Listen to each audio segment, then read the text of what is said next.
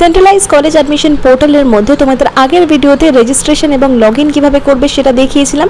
আজকের এই ভিডিওতে তোমাদের রেজিস্ট্রেশন এবং লগইন হয়ে যাওয়ার পর তোমরা কিভাবে step by step form fill up করবে এবং ডকুমেন্টসগুলো সাবমিট করবে এবং তোমরা কলেজের সাবজেক্ট কিভাবে চুজ করবে সবটাই আজকের এই ভিডিওতে মাত্র 10 মিনিটের মধ্যে তোমরা ঘরে বসে নিজেদের স্মার্টফোনকে কাজে লাগিয়ে এখানে আবেদন করতে পারবে। তো ভিডিওটা প্রথম থেকে শেষ অবধি দেখার জন্য বলবো। চ্যানেলে নতুন হয়ে থাকলে এই ধরনের আরো আপডেটসের জন্য অবশ্যই সাবস্ক্রাইব করে পাশে থাকা বেল আইকনটিকে অবশ্যই অন করে দিও। তো সর্বপ্রথম তোমাদের রেজিস্ট্রেশন এবং তারপরে যে আইডি এবং পাসওয়ার্ড দিয়ে তোমরা রেজিস্ট্রেশন কমপ্লিট করেছো সেই আইডি পাসওয়ার্ড দিয়ে তোমাদের এখানে লগইন করে নিতে হবে। তারপরে তোমাদের কাছে এরকম একটা ইন্টারফেস ওপেন হয়ে যাবে এবং সেখান থেকেই তোমাদের পুরো আপডেট প্রোফাইল অপশন থাকবে, যেখানে তোমাদের 0% প্রোফাইল কমপ্লিট থেকে 100% কমপ্লিট কিভাবে করবে সেটাই দেখিয়ে দেবো। তো যেমনটা তোমরা দেখতে পাচ্ছ সর্বপ্রথম এখানে তোমাদের বাঁ দিকে রয়েছে প্রোফাইল পিকচারের অপশন এবং তোমাদের একটা সিগনেচার আপলোড করতে হবে।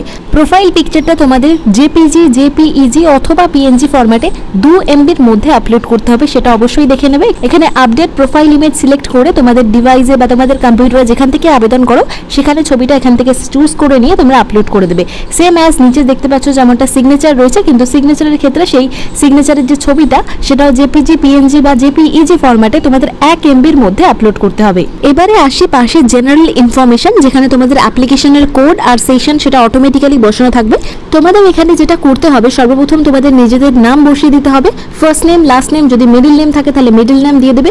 এছাড়া ন্যাশনালিটি রয়েছে, তোমাদের স্টেট রয়েছে, কোন স্টেট থেকে বিলং করছো। এছাড়া তোমাদের হোম ডিস্ট্রিক্ট বা কোন জেলা থেকে অ্যাপ্লাই করছো সেটা লিখবে। এছাড়া তোমাদের আইডেন্টিটি প্রুফ হিসাবে এখানে কোন আইডেন্টিটি প্রুফ দিচ্ছ এবং তার পাশে তার আইডেন্টিটি প্রুফের কার্ড নাম্বার এখানে মেনশন করতে হবে। এছাড়া পাশে রয়েছে সোশ্যাল ক্যাটাগরি, যেখানে তোমাদের আনরিজার্ভড ক্যাটাগরি বা SC ST OBC হলে সেটা চুজ করে নেবে।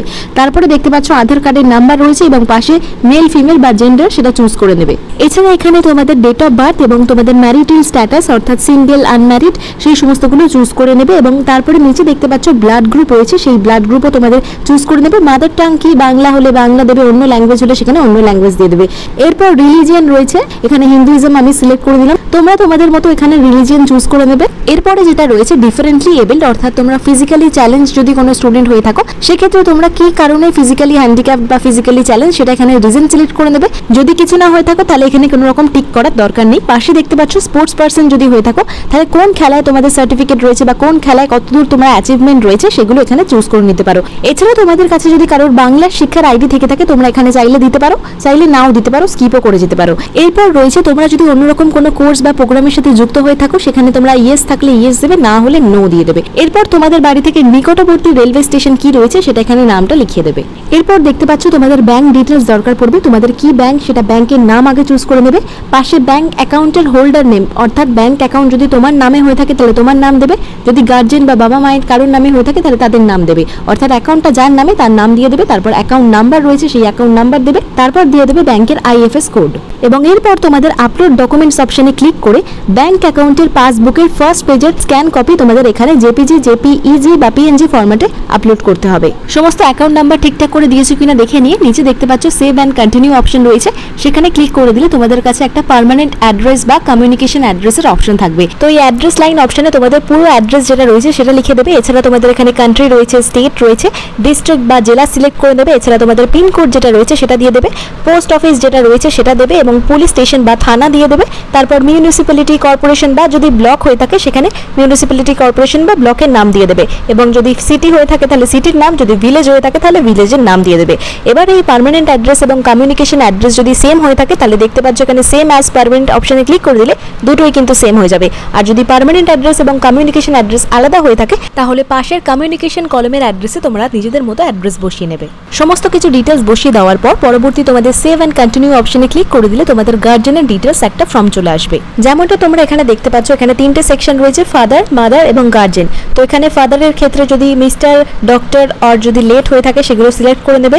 এরপর এখানে নাম রয়েছে, তোমাদের এডুকেশনাল কোয়ালিফিকেশন রয়েছে গার্জেনের এবং অকুপেশন রয়েছে এবং ফোন নাম্বার রয়েছে। একইভাবে তোমাদের এখানে মায়ের ক্ষেত্রেও নাম, এডুকেশনাল কোয়ালিফিকেশন এবং অকুপেশন বা ফোন নাম্বার এগুলো সব দিয়ে দেবে এবং বর্তমানে যিনি তোমাদের গার্জেন রয়েছে তাদের সাথে তোমাদের কি সম্পর্ক রয়েছে সেক্ষেত্রে তাদের নাম, তাদের অকুপেশন এবং ফোন নাম্বার এগুলো কিন্তু মেনশন করতে হবে গার্জেন কলমের মধ্যে। এরপরে নিচে স্ক্রল করলে দেখতে পাবে এখানে অ্যানুয়াল ফ্যামিলি ইনকাম রয়েছে। তোমাদের ফ্যামিলির অ্যানুয়াল ইনকাম বা বার্ষিক আয় যত রয়েছে সেটা এখানে বসিয়ে সেভ অ্যান্ড কন্টিনিউ অপশনে ক্লিক করে দেবে।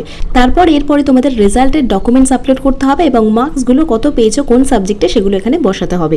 সর্বপ্রথম এখানে উচ্চ মাধ্যমিক তোমরা কোন বোর্ডের আন্ডারে পরীক্ষা দিয়েছো সেটা দিয়ে দেবে এবং ইয়ার অফ পাসিং অর্থাৎ কত সালে পাস করেছো সেটা দিয়ে দেবে এবং কোন মিডিয়ামে পড়াশোনা করেছো অর্থাৎ তোমাদের স্কুলে ইংলিশ মিডিয়াম ছিল না বেঙ্গলি মিডিয়াম সেটা এখানে চুজ করে দেবে এবং তোমাদের রেজিস্ট্রেশন নাম্বার এবং রোল নাম্বার সঠিকভাবে দেখে নিয়ে বসিয়ে দেবে। তারপর এখানে তোমরা ক্লাস 11-12 তোমরা কোন স্ট্রিম নিয়ে পড়েছো অর্থাৎ উচ্চ মাধ্যমিকে কোন স্ট্রিম ছিল, আর্টস ছিল, সায়েন্স ছিল না কমার্স ছিল, সেই স্ট্রিম তোমরা এখানে চুজ করে নেবে।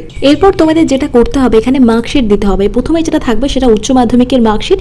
সেক্ষেত্রে তোমাদের এখানে প্রত্যেকটা সাবজেক্ট যেহেতু তোমাদের নিজেদের চুজ করতে হবে, তো যেহেতু তোমাদের বেস্ট অফ 5 এর রেজাল্ট ক্যালকুলেশন করা হয়, তোমরা এখানে অ্যাড সাবজেক্ট অপশন ক্লিক করে তোমাদের প্রত্যেকটা সাবজেক্ট এখানে অ্যাড করে সার্চ করে প্রত্যেকটা সাবজেক্ট এখানে চুজ করবে। যেমন আমি এখানে প্রথমে বাংলা যেহেতু ফার্স্ট ল্যাঙ্গুয়েজ সেটা নিয়ে নিলাম, তারপরে ইংলিশ নেব যেটা সেকেন্ড ল্যাঙ্গুয়েজ, এখানে অটোমেটিক্যালি অপশন চলে আসবে এবং এইভাবেই তোমরা প্রত্যেকটা সাবজেক্ট যেভাবে তোমাদের রেজাল্টে সাজানো রয়েছে সেভাবে বসিয়ে দেবে। চাইলে তোমরা অপশনাল সাবজেক্টটা এই ইজ অপশনাল সাবজেক্ট অপশনে ক্লিক করে তোমরা কিন্তু অপশনাল সাবজেক্ট বা 4 সাবজেক্টকেও এখানে অ্যাড করে দিতে পারো। তোমাদের এমনি সাবজেক্ট যেগুলো থাকবে সেগুলো 80তে হবে এবং তার প্রজেক্ট তোমরা এডিট করে 20 অটোমেটিক্যালি থাকবে এবং যদি তোমাদের প্র্যাকটিক্যাল সাবজেক্ট থাকে সেগুলো তোমাদের লেখা পরীক্ষা 70-এ হবে এবং প্র্যাকটিক্যাল 30-এ হবে, সেগুলো তোমরা এডিট করে চেঞ্জ করে নেবে। এরপর তোমরা নিচে স্ক্রল করলে দেখতে পাবে তোমাদের মাধ্যমিকের বা ক্লাস 10 এর রেজাল্ট চাইবে এবং সেখানেও কোন বোর্ড থেকে পাস করেছো, কত সালে পাস করেছো এবং কোন মিডিয়ামে পড়াশোনা করেছো এবং তোমাদের রেজিস্ট্রেশন নাম্বার এবং রোল নাম্বার পাশের কলমে তোমাদের দিয়ে দিতে হবে এবং সেম ভাবে তোমাদের মাধ্যমিকের রেজাল্ট যেমন তোমাদের রেজাল্টের মার্কশিটে রয়েছে সেভাবে প্রত্যেকটা সাবজেক্ট এখানে বসিয়ে দিতে হবে এবং তাদের লেখা পরীক্ষা এবং প্রজেক্টের নাম্বার, যেহেতু প্রত্যেকটা মাধ্যমিক পরীক্ষার্থীদের ক্ষেত্রেই তোমাদের 90তে লেখা পরীক্ষা হয় এবং 10 নম্বরে তোমাদের প্রজেক্ট থাকে, তো সেই অনুযায়ী তোমরা রেজাল্টগুলো অবশ্যই বসিয়ে নেবে। এরপরে তোমাদের ডকুমেন্টসগুলোকে আপলোড করতে হবে। প্রত্যেকটা ডকুমেন্টসে কিন্তু 2 MBর মধ্যে থাকতে হবে। প্রথমেই বলা রয়েছে আইডেন্টিটি প্রুফ ডকুমেন্ট, এখানে তোমরা আধার কার্ডের ডকুমেন্টস দেবে এবং এরপরে তোমাদের এজ প্রুফের ডকুমেন্ট হিসেবে ক্লাস 10 এর অ্যাডমিট কার্ড বা ক্লাস 10 এর রেজিস্ট্রেশন সার্টিফিকেট আপলোড করতে হবে। তো দেখতেই পাচ্ছ এখানে আপলোড ডকুমেন্ট বলে যে অ্যারো রয়েছে, এখানে ক্লিক করলে তোমরা যেখান থেকে করবে অবশ্যই ফাইলগুলোকে আগে ফোনে বা কম্পিউটারে যেখান থেকে আপলোড করবে সেখানে সেভ করে রাখবে, সেখান থেকে ডিরেক্টলি নিয়ে তোমরা এখানে আপলোড করে দেবে। এরপর আপলোড হয়ে গেলে তোমরা দেখতে পাবে এখানে প্রিভিউ পেজ থাকবে, তো প্রিভিউ অপশন করে সমস্ত ডকুমেন্টস ঠিকঠাক আছে কিনা বা সবকিছু তোমরা ঠিকঠাক করে লিখেছো কিনা সেগুলো অবশ্যই একবার চেক করে মিলিয়ে নেবে এবং সেই প্রিভিউ পেজের মধ্যেই তোমরা এখানে চেক অ্যান্ড ভেরিফাইড বলে প্রত্যেকটা কলমে এরকম ধরনের অপশন পেয়ে যাবে এবং লাস্টে দেখতে পাবে আই অ্যাকনলেজ রয়েছে এবং তারপরে কনফার্ম করে দেবে।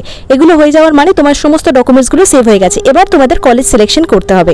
তো সর্বপ্রথম কলেজ সিলেক্ট করার জন্য তোমরা কোন ডিস্ট্রিক্টের আন্ডারে করবে, এছাড়া তোমরা কোনো পার্টিকুলার ইউনিভার্সিটি বা কোনো পার্টিকুলার কলেজ এবং তোমরা প্রোগ্রাম অনুযায়ী কিন্তু সার্চ করে এখানে চুজ করে নিতে পারবে তোমাদের কোর্স। তো যেমনটা দেখতে পাচ্ছ এখানে 4 ইয়ার BA honours with research paper নিয়ে আমি সার্চ করছি। এখানে তোমরা বিভিন্ন কলেজ পেয়ে যাবে, তো তোমাদের প্রেফারেন্স অনুযায়ী তোমরা কলেজ চুজ করে দেবে এবং তারপরে নিচে দেখতে পাচ্ছ প্রত্যেকটা কলেজের পাশেই লেখা রয়েছে চেক এলিজিবিলিটি। তো তুমি যে কলেজের জন্য যোগ্য হবে বা যে কলেজের জন্য এলিজিবল হবে তবে এখানে তোমাদের দেখাবে ইউ আর এলিজিবল এবং তারপরে তোমাদের প্রেফারেন্স লিস্টে অ্যাড করার জন্য বলা হবে। তো এখানে তোমরা যখন add to your preference list create করবে সেক্ষেত্রে তোমাদের সাবজেক্ট কম্বিনেশনগুলোকে চুজ করে নিতে হবে।